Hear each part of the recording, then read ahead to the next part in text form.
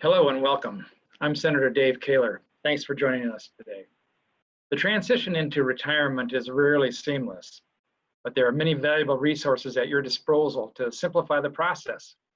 Today you'll hear from representatives from the Social Security Administration, the State Senior Health Insurance Program, Bradley University, CEFCU, and the Osher Lifelong Learning Institute. These guests have kindly taken the time to join us to outline what programs are available to you, how they function, and how you can access them easily. Planning for your future doesn't have to be difficult, and I hope this presentation is able to provide you and your family with the tools necessary to ease into a happy and healthy retirement. With that, I'll hand it off to our first speaker, Megan Forristall with the Social Security Administration. Thank you, Megan, and go ahead with your presentation. Thank you, Senator.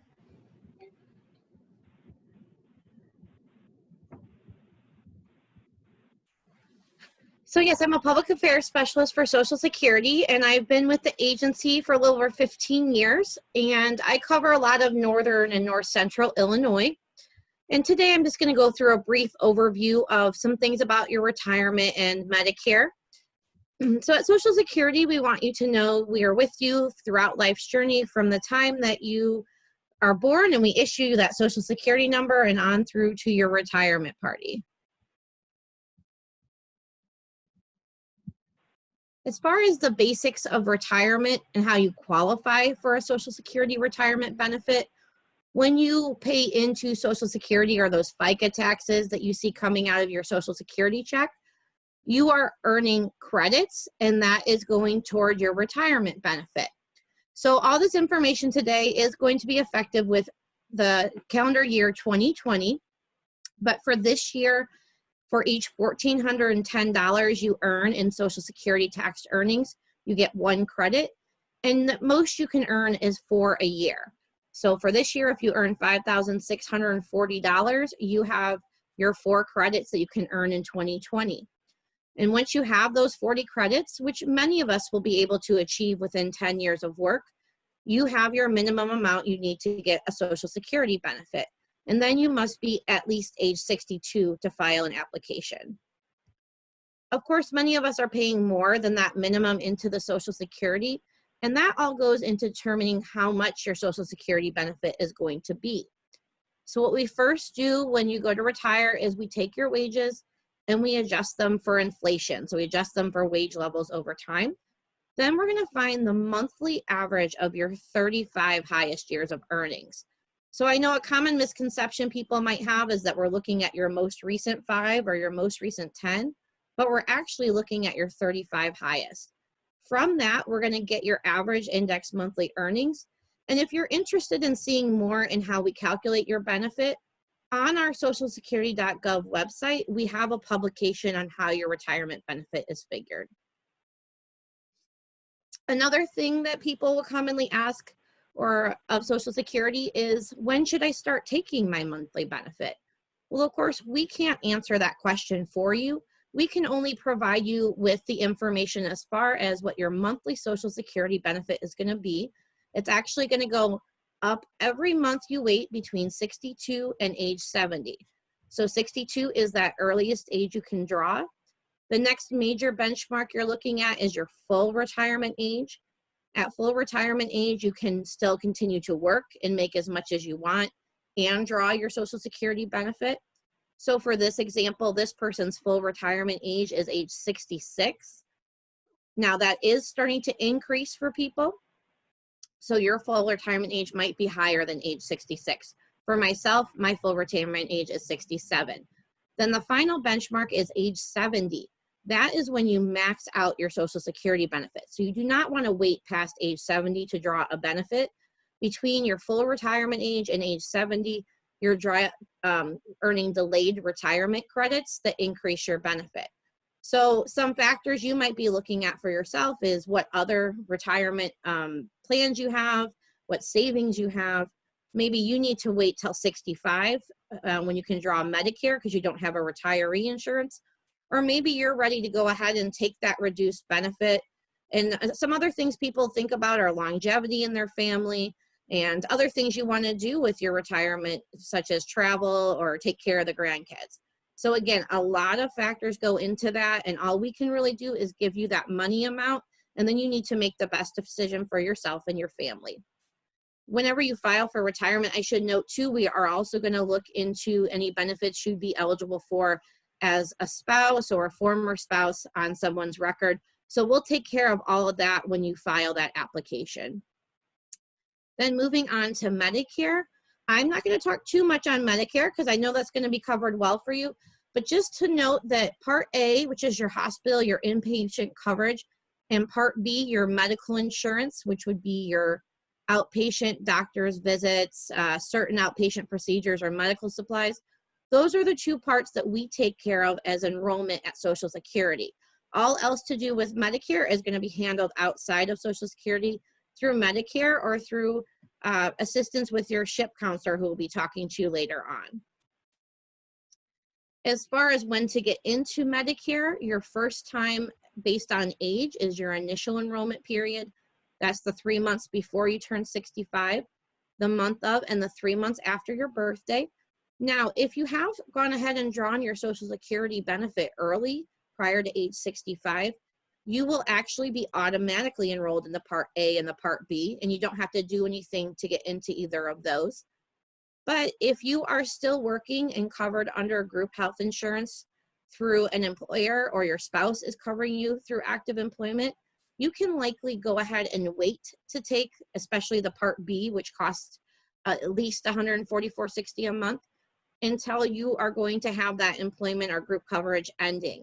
So for that, that's when you're looking at your special enrollment period, because you were continuing to work past 65 or your spouse was covering you. And then finally, that general enrollment period, that would be just if you decided not to take at age 65 because you didn't want to pay for the Medicare, and you wait down the road, but you don't have the special enrollment period, you then have to wait for a general enrollment period to get into Medicare, which is January through March of every year. Oops, sorry. And your coverage does not begin until July of that year, and there are some penalties associated with that enrollment period. Now, we have added a new option just recently as far as how to get into Medicare. We've had the online application for your initial Medicare for quite a while, but we've now actually added an online option for your special enrollment period. And that has just been one thing we've added to assist people during this time to help with extra services. So for the online option, you're able to upload your 40B, which is requesting to get into the Medicare, and the 564 forms, which are your employer verifying that you've had the coverage to get that special enrollment period. You can do that right online. Also, due to the COVID-19 pandemic, we are taking additional evidence of your employer group health coverage in case you cannot get that form completed by an employer. If you're not able to go online though, that's okay. You can still do it via fax to get that special enrollment period done at that 833-914-2016 number. Or you can even mail your forms still into your local office. We have a field office locator on our socialsecurity.gov website, which allows you to get your local office phone number, address, things like that. So the easiest way to take care of applying for a benefit, if it's retirement, spouses, Medicare, is do that right online through the socialsecurity.gov website. Now, if you're not able to file online, or if you're filing for a survivor's benefit that is not available online, you can call our toll-free number at 1-800-772-1213. That number is also available for general questions or any other assistance you might need after you're on benefits. If you would prefer to work with your local office, that's still fine. We are having very limited in-person services now, though, so you'll want to use your field office locator on your website to find your local office phone number, and then you'll be connected with an employee at your local office via phone. We have added some features to our socialsecurity.gov website right now, including our coronavirus COVID-19 update page. You can actually subscribe for updates. It'll be emailed to you every time we change something on that page. And then we have that Medicare enrollment tab. So that is where you would go to do the initial enrollment or that special enrollment period. and a lot of great other information and resources like our frequently asked questions, information on disability, maybe if you're going out on a medical condition prior to retirement, and anything else you can really think of that's available on that socialsecurity.gov website. Also, if you are over the age of 18, we encourage everyone to create a My Social Security account. We would like you to do this so that you can verify your earnings are posted correctly once a year. And then there's a lot of great features as far as helping you plan for your retirement with estimates. If you're on benefits, you can change address, phone number, bank account, get proof of income. And in Illinois, if you have a valid driver's license or state ID, you can generally replace your Social Security card right online. And then one final thing I want to touch on are the scam calls that you're probably aware of, but just want to bring up, if you do receive a call pretending to be from a government employee and demanding payment or gift cards, threatening you or saying they're going to suspend your Social Security number, those are things we will not do. So please be aware and just hang up. Do not give any money or personal information. And if you're able to, report the scam to our Office of Inspector General at oig.ssa.gov.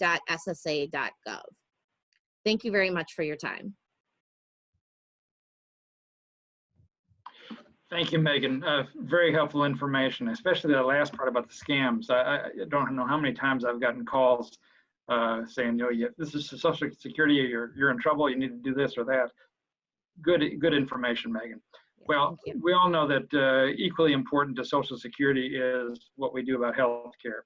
And right now we have Kelly Dehlinger, who's going to talk to us about the Senior Health Insurance Program called SHIP. And it talks about Medicare health and drug benefit options. So Kelly, thank you very much for being with us. Thank you, Senator. This is the basics of Medicare. The Senior Health Insurance Program is we use our acronym of SHIP. So just to let you know, that's the Senior Health Insurance Program. And we're here to help Medicare beneficiaries.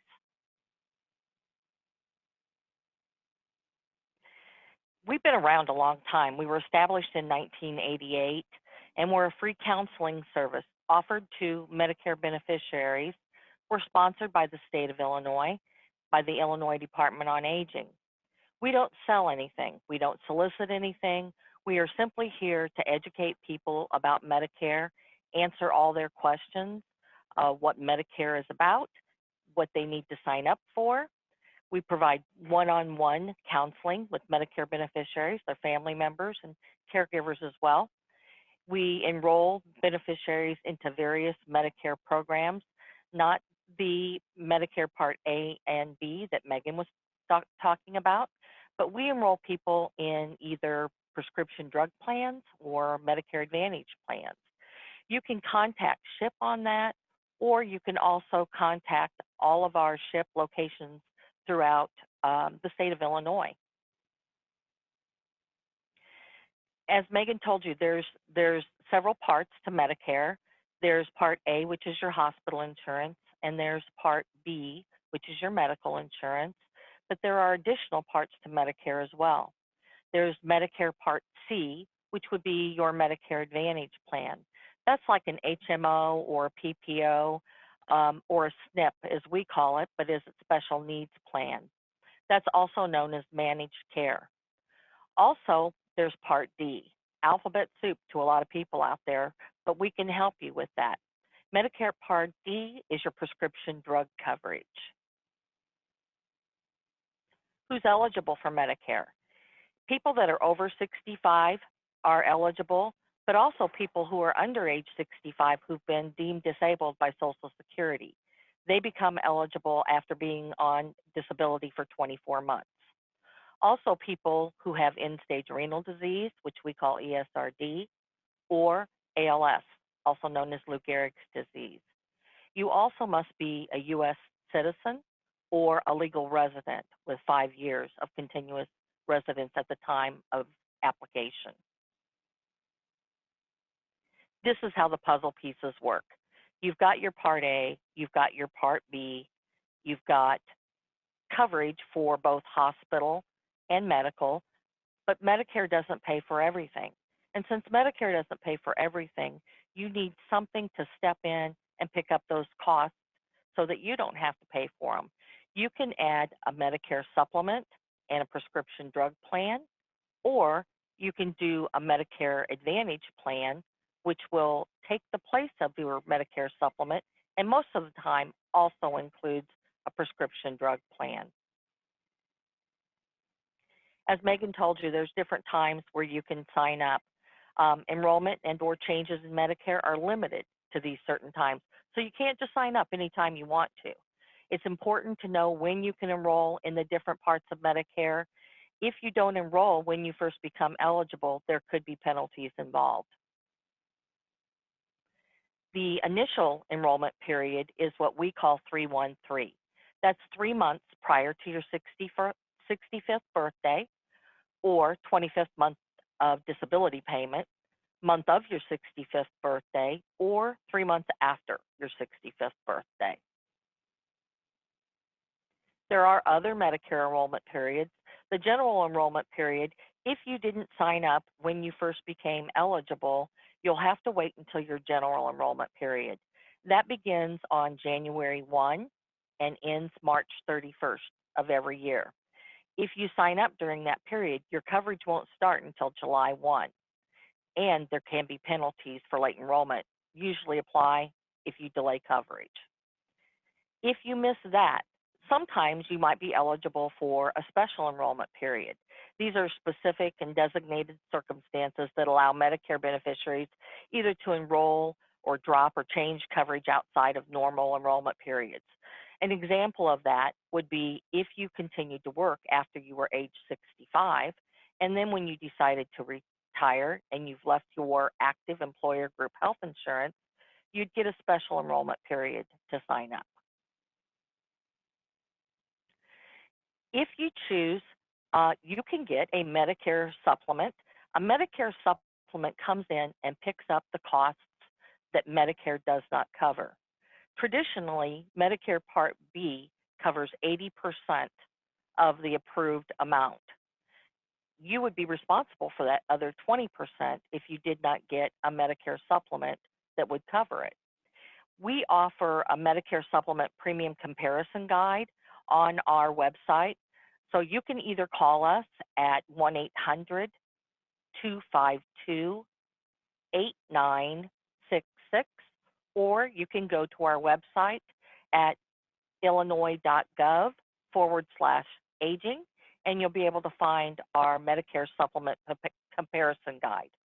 We do have 3 different guides. We have one for the Chicago area, one for northern central Illinois, and one for southern Illinois.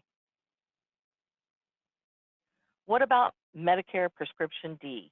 Part D prescription drug coverage is insurance that's offered by private companies, but they contract with Medicare to provide prescription drug service. They're available to anyone that's enrolled in Medicare Part A and or Part B. There's 2 different kinds of plans that are offered. There's the Medicare Advantage prescription drug plan, or there's the standalone prescription drug plan. This is just another way to get your Medicare. If you decide you want to go with a Medicare Advantage plan, remember I was saying it's like an HMO, PPO, or a special needs plan. That's a Medicare Advantage plan. Instead of the bills going just to your Medicare, they would go only to your Medicare Advantage plan. And usually your prescription drug is included in this. It's a different delivery and a different cost share structure, but a lot of people find that they like it because the premiums are a little bit lower, sometimes no cost at all. Also, a big difference, they may offer some additional benefits that Medicare doesn't offer. Medicare doesn't offer hearing, vision, dental, or fitness, but sometimes your Medicare Advantage plan might. Who can you call for help when you're comparing plans? You can call us at the Illinois Department on Aging, the Senior Health Insurance Program. We're again at 1-800-252-8966. Also, I have included another list of important telephone numbers that you might be interested in. Along with the SHIP number and website, I've also included the Department of Healthcare and Family Services. That's information on Medicaid and Bureau of Managed Care. Their local number in Springfield, 217-524-7478. Also Department of Human Services, and also the Medicare number. It's 1-800-633-4227 or 1-800-Medicare. You can also go to medicare.gov and get all the information you need on Medicare. Thank you. All right, thank you so much, Kelly. That's a lot of information, and believe me, having gone through that, this is very helpful to have it all in one place, so we really appreciate that. Next, we're going to have Dr. Amit Sinha, who is from the Department of Finance at Bradley University. And in this discussion, we're going to talk about that all-important area of estate planning and taxes in retirement. Dr. Sinha, welcome. Thank you, Senator. Let me share some stuff. Okay.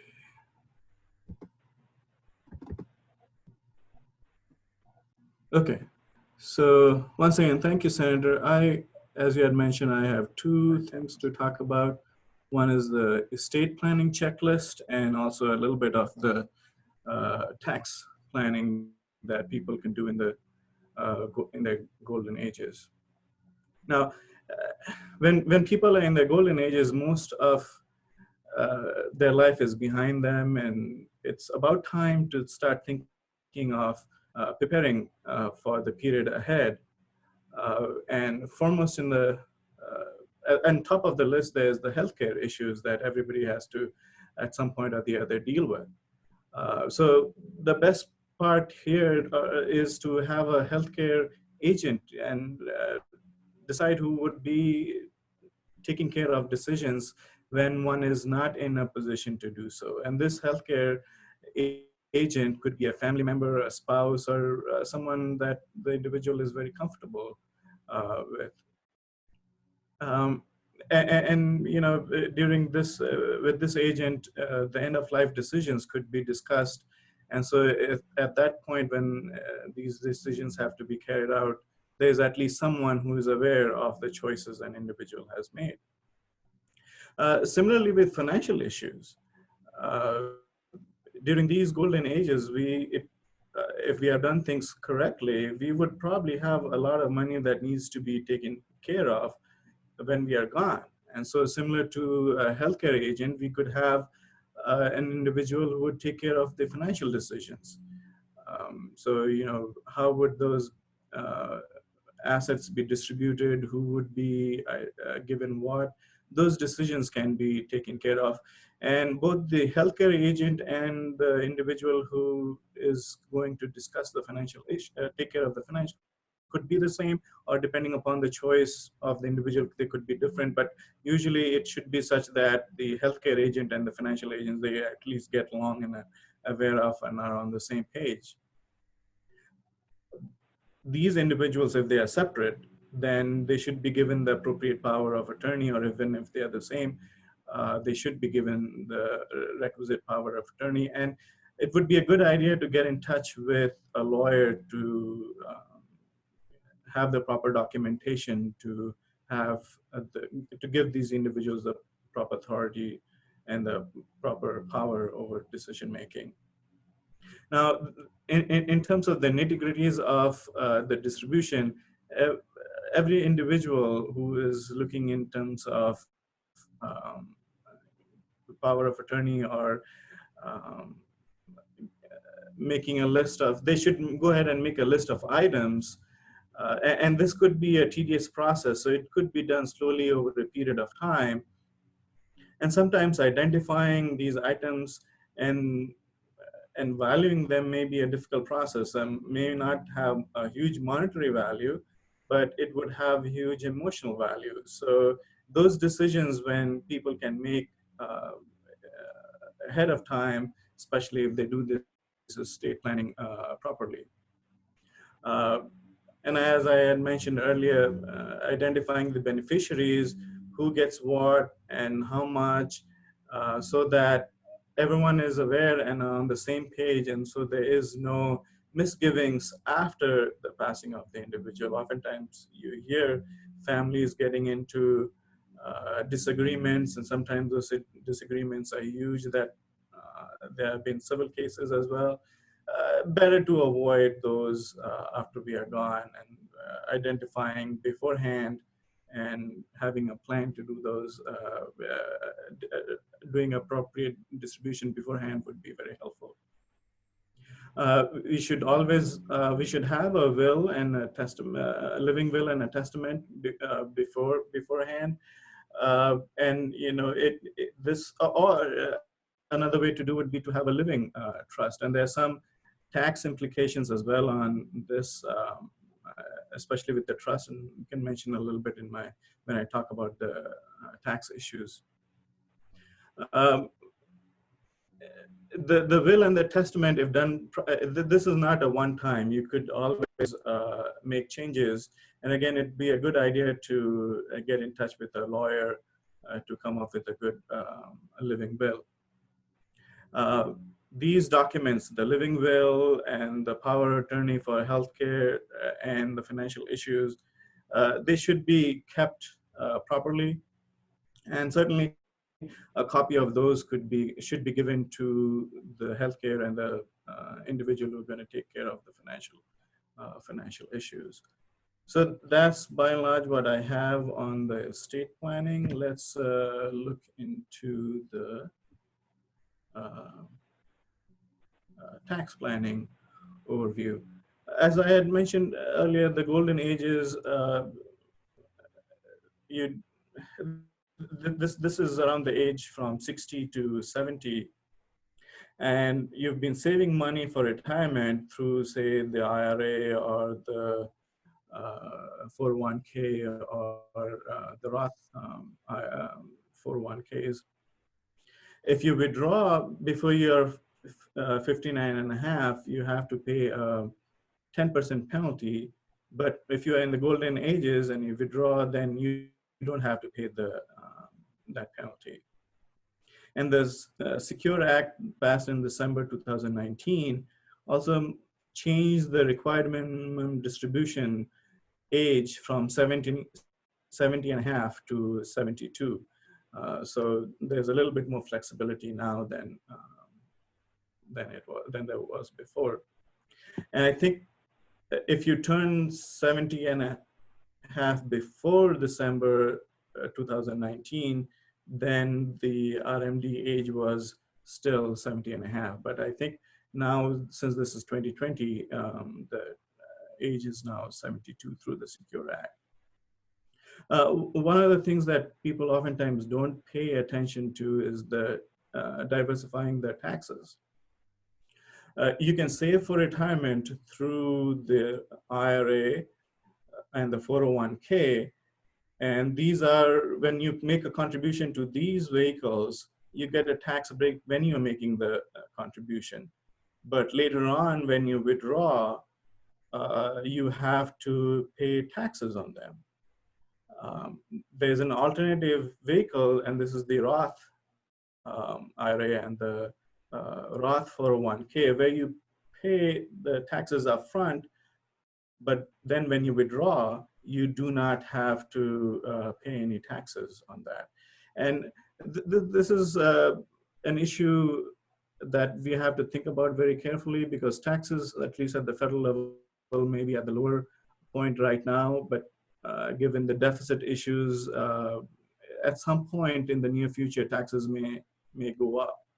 Now, this is something that we may have to figure out on an individual basis, and it'd be a good idea to get in touch with a tax expert, so to say, on that.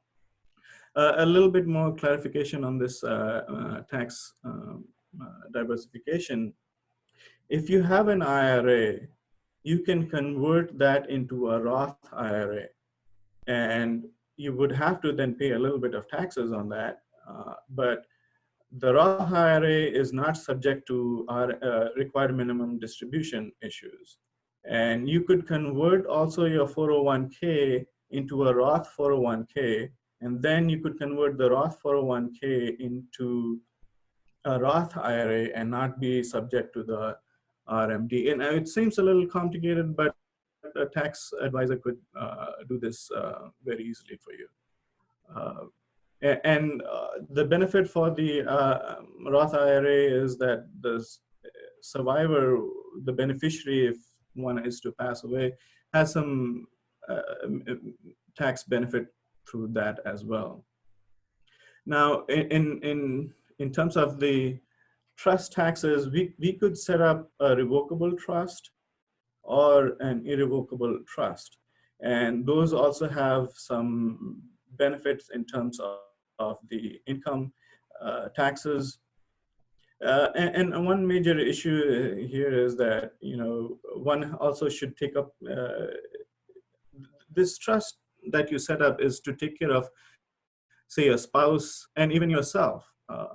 So depending upon the individual situation, you could look into setting this up through a tax accountant, or a lawyer would be very helpful as well. One of the things that's oftentimes not very well known, that we do have to pay taxes on our Social Security income. Depending upon our combined income, almost up to 85% of the Social Security income could be taxed at the federal level. For the state, Illinois gives us a break on on the Social Security income, such that if the Social Security income was taxed at the federal level, we do not have to pay taxes on the Social Security income as far as the state taxes are concerned. Another way of saving state taxes would be contributing to college funds of grandchildren. So we can contribute a total of $10,000 per individual and $20,000 if you're filing jointly, by contributing to the 529 college funds of grandkids. And you would save taxes on the state taxes, and the grandkids would be happy in terms of that. When they go to college, they may not have to take a huge amount of debt to finish their college education. So that's by and large what I have, Senator. Thank you very much, Dr. Sinha. That's a lot of information there, but I know that if people will do some careful planning and talk to the right people, they can certainly avoid a lot of confusion later on. I know that I was the executor for my mom and dad's living trust, and it just made it so easy for my brother and I to understand what they wanted and how we should handle their money that they were passing on. So thank you for all that information. Now we're going to move towards a discussion about just your financial well-being in general. We have Eric Pilat, who is from CEFCU, our local credit union, who's going to talk about how to improve that and looking at mortgages and ways to reduce debt. Eric, thank you very much for joining us. Hey, thank you, Senator. Everyone hear me okay? Okay, hang on one second.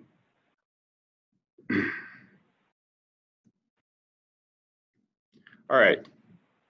Like the Senator said, my name is Eric Pilat, and I am with CEFCU. I've been in the mortgage department for the vast majority of my career. I've been with CEFCU for 15 years. And I'm just here to kind of talk about what options our seniors or those looking towards their retirement might have with regard to their mortgage, which a lot of times is the biggest loan any of us will ever take out in our life, and impacts one of the biggest investments we have, our home. So if you have paid any attention to the news, you might be aware that interest rates are at historical lows. Interest rates right now in mortgages are lower than I think anyone in the industry or any financial advisor would have ever possible. So there's unique opportunities for people who are moving towards retirement, maybe looking at a fixed income in the future, to make some changes that might help them out. The first and probably the most financially sound, best advice we can give is to look at reducing the term on your mortgage. People frequently buy houses later in life, or they do cash out refinance, and you might be looking at a long term to pay off your mortgage. If you have a couple of years before your retirement date, you might be surprised at what a change in the term of your mortgage would be as far as what your monthly payment would be. For example, I have an example here. If you took out a 30-year mortgage for $100,000 about 5 years ago at 4.5%, which would have been a great rate at that time, you probably still have 25 years left to pay on that and $90,000 in balance. You can refinance that now for 15 years at today's rates, and it would probably cost you less than $100 extra a month to do so. But it would reduce your term by 10 years and give you, that clean payoff much, much quicker. Anyone who has at least a couple of years before retirement, before hitting fixed income, should definitely consider and see if this fits into what they can do now, especially while their income might be a little bit higher since they're still working. Anything you can do to clear that mortgage before moving towards retirement is probably a benefit to you. The second thing that I see a lot is consolidation of debt. I look at mortgage applications all day, and I think there are a lot of people who are nearing that retirement age that are probably carrying more high interest debt than they ever thought they would be at that age. Life happens, and certainly people make decisions and have to take out some debt that maybe they get in a situation they need it. So right now, as far as interest rate goes, there's nowhere else that you're going to get an interest rate on loans lower than your first mortgage. If done correctly, and with other considerations, consolidating high interest debt and paying it off with a cash out refinance on your home, it could be the most financially responsible thing for you at the time. It could reduce your monthly payment. It can reduce the overall interest you would pay if you do it correctly, if you still make good payment towards the balance every month, and it's going to save you interest. So, one thing to keep in mind that we see all too often is that cash out refinances can lead to a cycle of abuse and debt. If you do them sparingly, if you carefully consider when you're doing a cash out refinance, they can be an excellent tool. But when you start relying on it for everyday expenses, and you're doing a cash out refinance now, and then you're doing it again in a couple of years, you're really going into a downward spiral. So we don't like to see that. So, but if you consult with a financial advisor or very knowledgeable mortgage professional, they would be able to guide you and tell you what is probably in your best interest. The other way we can work with your mortgage now is by reducing your payment. If you don't have long before you're going to hit that a severe reduction in your income, and you're really mostly concerned with being able to afford to stay in your house, you might be able to lengthen the term of the mortgage. So instead of shortening the term like we did earlier, you could lengthen it to reduce your payment and maybe make your home a little bit more affordable for the future. Like I said, this is really for people who really their monthly payment is of primary concern. Extending your mortgage, anytime you extend your mortgage or add to your mortgage, you're going to pay more total interest over time. So that has to be carefully considered. But for certain people, that might be an excellent option to maintain their lifestyle.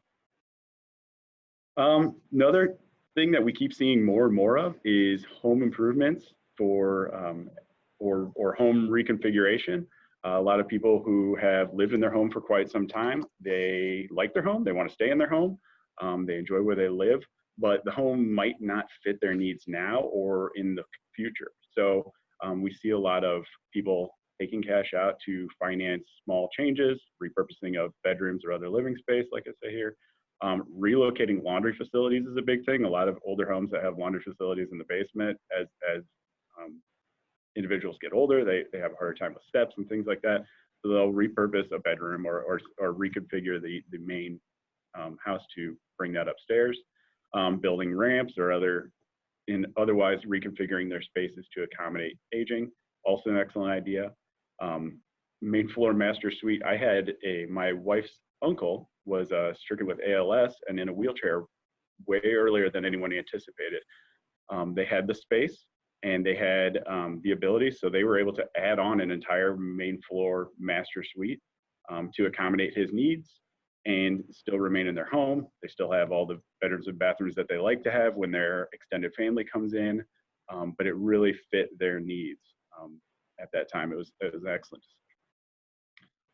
Primary goal, like they say, is always to just allow people to continue to live in their home as long as possible, age in place if that is their goal. So with the rates like they are now, this is probably the best opportunity that you're going to get to finance something like that. Last quick note, it might be time to purchase. We've been seeing a lot of people buying retirement homes. If they are going to be looking to retire to a different location, I don't know why you would ever want to leave the fair Midwest, but we see it a lot. So, you know, with the rates low now, we don't know what will happen in the future, but if that's on your horizon in the next couple of years, now might be the time to do it if you have the financial means to do so, and that's in your long-term plan. The last thing is downsizing, financing to a smaller home that might fit your lifestyle a little bit better. Can be a hard decision. People live in their homes for a long time, and a lot of memories are built, and it's hard to make that decision to move into something that may be less of a financial and physical burden on you. So I'll make a completely financial argument. If you've been paying for a long period of time on your home and you have a great deal of equity in that home, that's a huge investment you've made in the property. If the property is not appreciating, if it's not raising in value, then that investment is locked in the equity of your property and it's not getting you anything. You could sell that larger home, finance a smaller home or a townhome or something that's more manageable, and invest any of those funds that you've made on the sale of your home and probably get a far greater return, depending on your situation, your location. So that's just a couple ideas that you can do as you're moving towards retirement that would have to do with your mortgage, your home. As I stated before, there are some pitfalls to watch out for. You don't want to be financing things that you don't need or paying excess interest when you don't have to. So we would encourage you to consult with a financial advisor anytime you're going to make a major change or take on more debt, especially late in life. So with that, go ahead. Thank you, Eric. A lot to think about there. Again, I guess with all these areas, the more homework and the more planning we do now, the better some of these decisions will be later on when we're faced with maybe some kind of a crisis in our situations. Thank you, Eric. Next, we have Catheryn Lawless, who is going to talk to us about an organization that's connected with Bradley University called the Osher Lifelong Learning Institute, or OLLI. OLLI is a wonderful program, and we're so lucky to have that right here in Peoria. So, Catheryn, welcome. Okay, thank you, Senator. Let's see if I can, am I sharing the right screen here? Yes. All right, do you see my OLLI screen? Yep, okay. All right, well, welcome. I would like to introduce myself, like I said, Catheryn Lawless, and I work with the OLLI program at Bradley. Most people are surprised to learn that we have had lifelong learning at Bradley for the past 25 years. Who are we? The Osher Lifelong Learning Institute, OLLI, at Bradley University. We enjoy success through collaboration. We are housed at Bradley University. I work in continuing education, which is where we run our OLLI program through. It's also, we enjoy the endowment from the Osher Foundation. It is a national program, and from our dedicated volunteers. So that collaboration brings us a success of our OLLI program. Who can be an OLLI member is a question we often get. You must be at least 50 years old, so you don't have to wait until retirement. We have many people participate before they enter retirement, but you need a love of learning. It's all about the love of lifelong learning, and to register for an OLLI event. And I will talk a little bit about the different types of programming that we do. Our OLLI at Bradley program provides social engagement, quality offerings, customer service, and involvement in 4 different types of learning opportunities. We have classes, study groups, learning trips, and what we call OLLI Originals. OLLI classes, just like going back to college, but no tests, no homework. Our volunteers love to teach. They consider it an honor. Like I said, our volunteers are a mainstay of our OLLI program. It's really a grassroots effort. We have OLLI study groups. This is an opportunity for a deep dive on a specific topic with a facilitator. We have OLLI learning trips. People are surprised to learn that we do over 120 learning trips each year.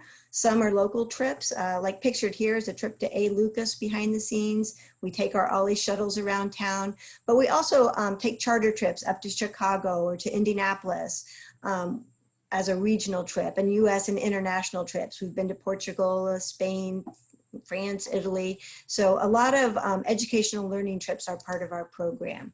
Our OLLI Originals, we do after hours programs, lunch and learns, themed dinners, workshops. And just a little bit about what OLLI looks like now. We call it the Great Zoom Experiment. Because OLLI is an in-person, most people love OLLI because of the socialization it provides in addition to the lifelong learning.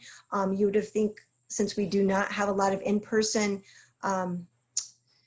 opportunities right now, that we might not be doing OLLI, but in fact, we are actually thriving. We have virtual classes, study groups, and other events. From May through October, we started right away. We've had 44 different OLLI virtual classes, 20 plus OLLI virtual study groups. We have OLLI virtual conversations with local leaders several times each week. We had our first virtual learning trip actually at the end of April, where people would come through and pick up a dinner. We would provide curbside assistance, and then the next day we would go behind the scenes and see how our dinner was prepared. It's a way that we can help the local businesses by having our OLLI people sign up for dinners, and then also finding out how everyone is coming through the past few months. So we like to say volunteers, they get the job done. We couldn't do what we do at OLLI without our volunteers. All of our programs are taught by volunteer instructors. They're led by volunteer committees. And of course, like I said, it is a collaboration through Bradley and the Osher Foundation. Each month right now, we have a online, what we call OLLI online brochure, where you can look at our programs and you can join us online. And again, no need to wait for retirement. We have all types of programs for all different types of needs. Anyone is welcome to become engaged with OLLI. You can go to our Bradley website, bradley.edu/OLLI, or follow us on social media. OLLI at Bradley University on Facebook. Our Twitter is OLLI Bradley, OLLI at BU, and even an Instagram account. And again, for those of you that are interested in what lifelong learning might look like, we do have a weekly newsletter that's actually because of the COVID-19 and everybody being at home and on the computer more, we've actually sent out twice a week now with all types of learning activities that you can do at home and other ways that you can get involved. So we'd love to have you be part of our program, and thank you for giving us this opportunity to share.